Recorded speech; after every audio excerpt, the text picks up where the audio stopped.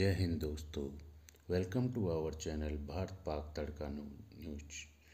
दोस्तों, जैसे ही मोदी जी ने 3 स्टेट में इलेक्शंस जीते हैं, वैसे ही पाकिस्तानी मीडिया में एक अजीब तरह की घबराहट सी हो गई है। कुछ लोग उनकी इलेक्शन विन के दीवाने हैं, तो कुछ लोग ये सोच रहे हैं कि 2024 में मोदी जी ही आएंगे। तो जिस तरह इस टाइम पर वो पाकिस्तान, कनाडा और अमेरिका में पाकिस्तानियों समर्थित आतंकवादी और खालिस्तानियों को चुन चुन के मरवा रहे हैं, उसी तरह वो और तेज़ी से ये काम करेंगे।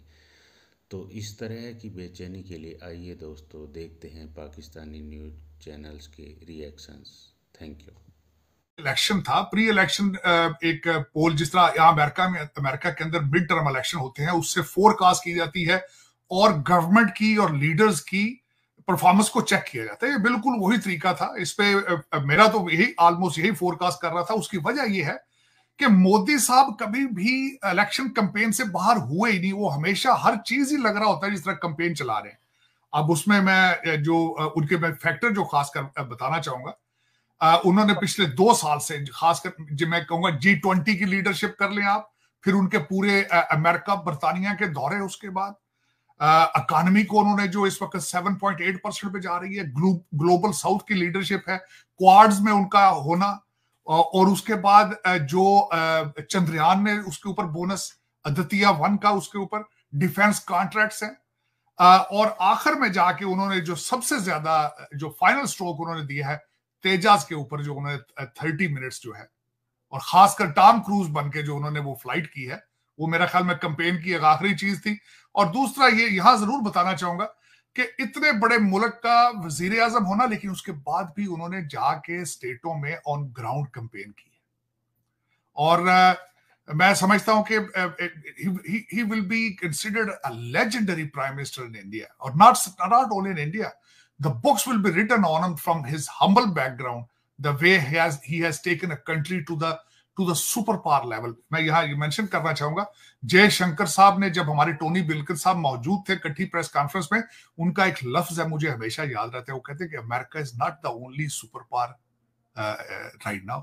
तो वो ओरिजिनली उनकी डिटर्मिनेशन, उनकी और उनकी विल और उनकी appetite to become a super power in the world, that's remarkable. और उसका मैं क्रेडिट जो है वो मोदी साहब को दूंगा। और उसका अल्टीमेटली, जब आप कौमों को लेकर आगे जाते हैं, जब आप नेशनलिज्म को देते हैं, जब उनको आप बताते हैं कि we have a we have a future, sky is the limit, space is the limit, तो उसमें जब आप जाते हैं तो उसमें अल्टीमेटली फिर कौम भारत की तरफ से एक ऑपरेशन जो कि कनाडा में, अमेरिका में जिसका शोर था, वो पाकिस्तान में स्टिल इट्स गोइंग ऑन।